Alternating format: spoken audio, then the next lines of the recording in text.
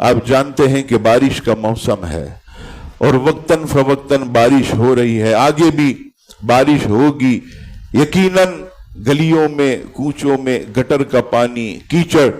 تو میری نمازیوں سے یہ خاص گزارش ہے، اور کئی مقتدی بھی میرے پاس آئے اور انہوں نے کہا کہ یہ پیغام آپ پہنچائیں کہ آپ کے نمازی جو ہیں وہ کیچڑ سے لبریز چپل اور جوتے مسجد کے اندر لے آتے ہیں، اور انہوں نے مجھے عصر کی نماز میں باقاعدہ دکھایا کہ یہ دیکھیے یہ آپ کی مسجد کا مصلی ہے، اس پر چپل رکھے ہوئے ہیں، یعنی جہاں آپ کا نمازی سجدہ کرتا ہے وہیں کیچڑ والی اس نے چپل رکھی۔ میں نے اپنی آنکھوں سے دیکھا۔ عزیزان گرامی، یہ ہم سب کے لیے شرم کا مقام ہے۔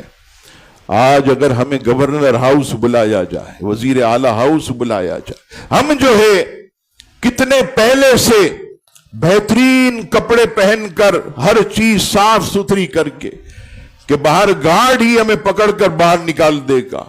آپ سوچئے کہ اللہ کا گھر جو کہ بادشاہوں کے محل سے بھی بہت افضل و اعلیٰ، گورنر ہاؤس یا وزیر اعلیٰ ہاؤس یا وزیر اعظم ہاؤس یا صدر ہاؤس کی کیا اوقات ہے اس گھر کے آگے؟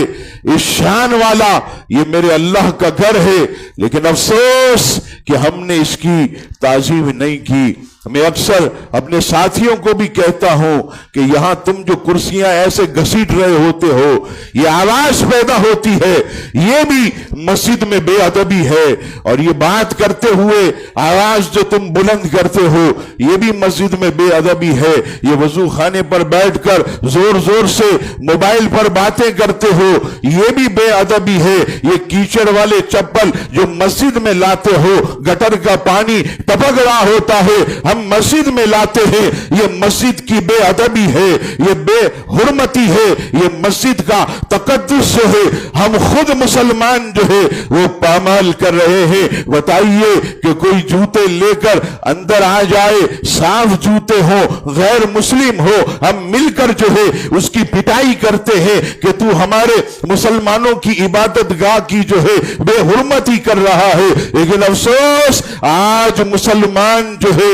مسجد کے اندر جو ہے خود اللہ اکبر، اللہ کی اس مبارک عبادت کی جگہ کی بے حرمتی کرتا ہے۔